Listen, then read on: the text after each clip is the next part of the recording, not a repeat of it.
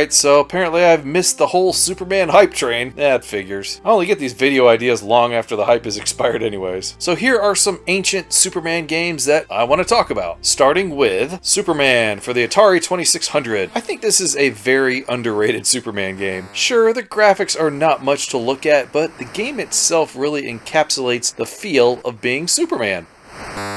You start off as mild-mannered reporter Clark Kent on his way to the Daily Planet when Lex Luthor and his henchmen blow up the Metropolis Bridge. You must turn into Superman, find the 3 bridge pieces, and return them. You must also capture Lex and his goons and put them into jail while avoiding the satellites laced with kryptonite. If you lose your powers, Lois can restore them with a smooch. Aww. Actually, she can get kind of annoying sometimes, so it's best to just avoid the satellites. Pressing the button activates your X-ray vision so you can see what's on the next screens. I find this to be a great version of Superman, and I love it. Superman for the Game Boy. Here we have the monochrome Game Boy version, which is based on the animated series that ran from 1996 to 2000. I noticed this was created by Titus, who also created the infamously bad Superman for the Nintendo 64, which I will not be covering here today. So just go ahead and quit the video now.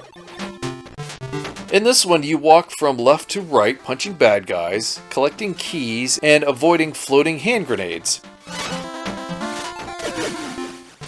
The controls are bad. I press the punch button and half the time Superman changes into this flying mode. Maybe it's because he's getting hit with bullets, I don't know.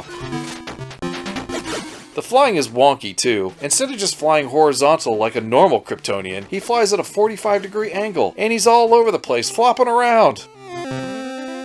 Apparently the game can be beaten in 15 minutes, but I refuse to give it even that much time. Ugh, Titus, you're 2 for 2. I dislike this game. Superman for the Nintendo Entertainment System.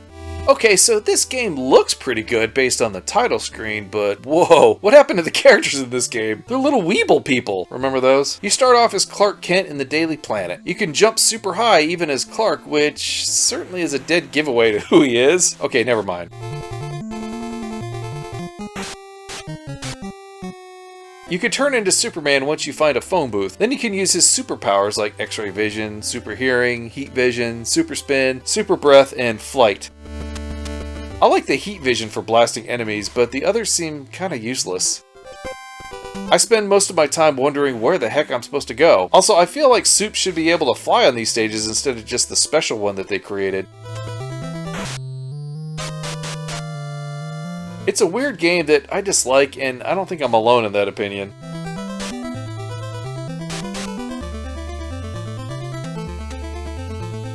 Here's Sunman for the Nintendo Entertainment System by Sunsoft, which is a completed but unreleased prototype game. This was to be a Superman game, but Sunsoft was not able to get the license, so they tried to make their own character and eventually just dropped it completely. It's a side-scrolling action game where you must defeat the evil Spectre. Wait a minute, isn't that the organization from James Bond? Anyway, all you have to do is punch enemies to reach the end of the stage. You can fly at any time by pressing up. That's easy, right? In the second section, you have to avoid traps, laser gates, and drones. Just punch them! The third screen has you flying up the building, still punching enemies, and in the fourth screen you must destroy this helicopter with your laser vision.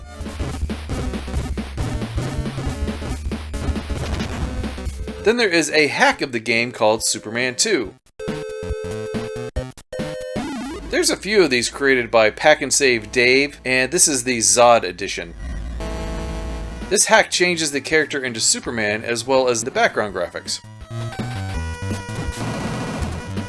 Some of the other hacks of this game include a Lex Luthor one, a Spectre one, a Darkseid one, and more. Check out GameHacking.net for those. So the gameplay is pretty much the same as Sunman, and honestly, I love them both. I think they're great.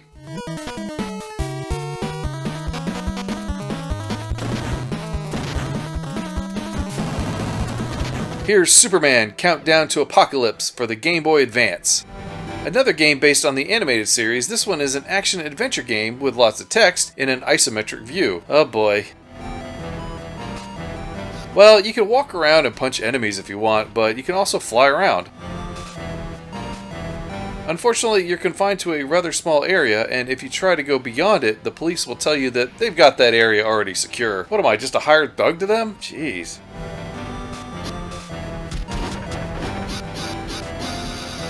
Flying is pretty fun once you get the hang of it. I just wish I could fly further away. I do like how you can pick up random cars and throw them around. Hope the owner's car insurance is paid up. Music was repetitive and became like torture after a while, but the main problem I had with it is just getting lost. That's really easy for me to do, I'm afraid, so yeah, I dislike this one.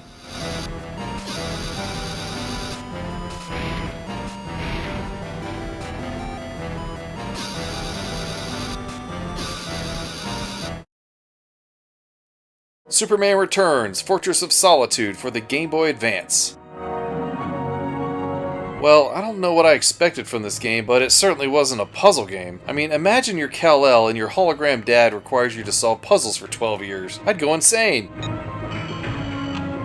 Basically, what you do is drop crystals so that there's a unique one of each horizontally, vertically, and in one of the 4 quadrants. It's not intuitive, but I did get the hang of it, and I started to kind of like it after a while.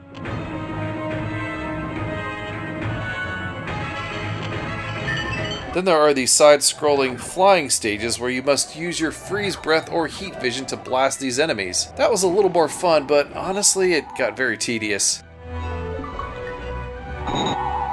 If you like puzzle games, you might like this, but be prepared going in, it's pretty dull all around. Still, I'll give it a like.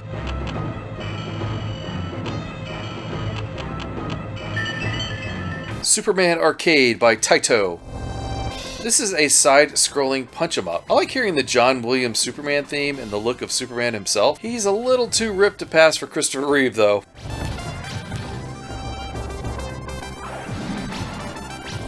Punching the enemies isn't as satisfying as I'd like. They are just highly annoying the way they get right up on you.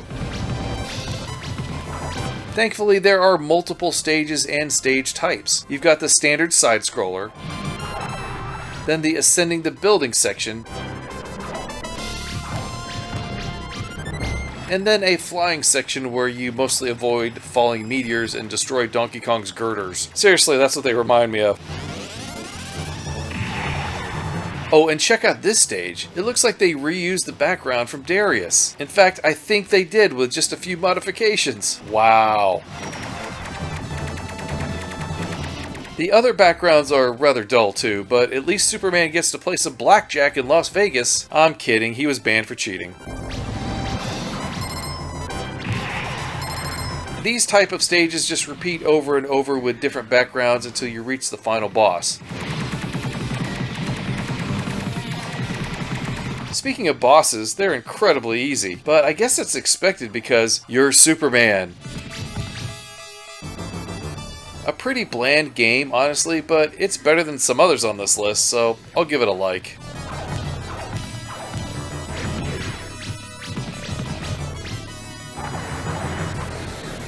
Superman for the Sega Genesis. This version is apparently by Sunsoft. You know, the guys who created Sunman earlier. Good to see they didn't give up trying to acquire that license. In this game, you must rescue children from the Prankster, find blueprints in an underground train station, and rescue Lois Lane, among other things. You start off by walking slowly from left to right, punching enemies. There's a super punch you can use, but it takes time to build up. Can I fly? Can I fly? No. Pressing up doesn't do anything.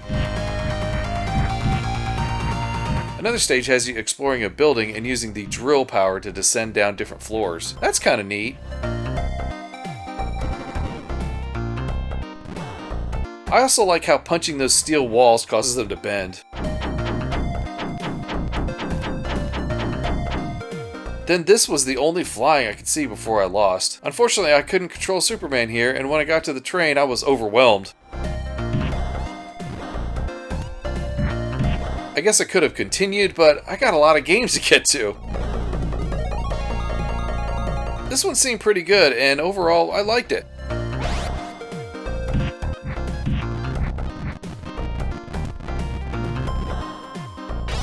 The Death and Return of Superman for the Super Nintendo and Sega Genesis. Okay, so I've done this one a lot for some reason. Probably because I like beat-em-ups.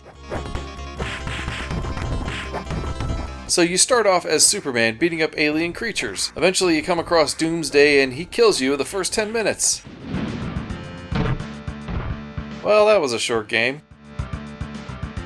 Oh wait, but then you get to play as different Superman, like this dude with the big cape, this kid, and this metallic guy with a giant hammer. There's some flying stages where you get to use the heat vision, but other than that, Superman's powers aren't featured very much. Compared to the other games on this list, though, it's a masterpiece, but it gets very repetitious. Then again, that's what video games are, right? Repetition? Anyway, I do like this game on both consoles. It's decent.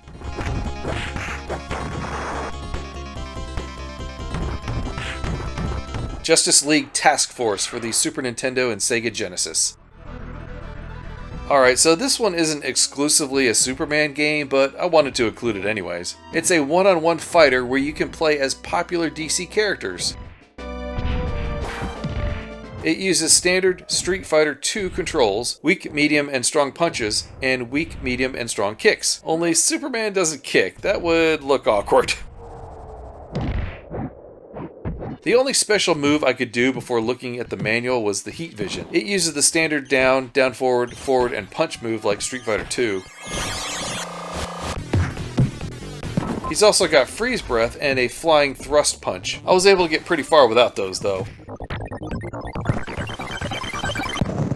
Both systems have nice visuals, sounds, and music, but I gotta say, the Super Nintendo is significantly better in those departments.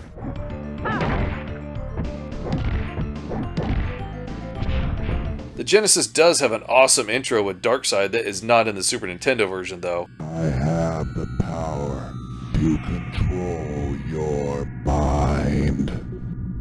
The games play a little bit different too, but overall, they're pretty good, so I'll give it a like.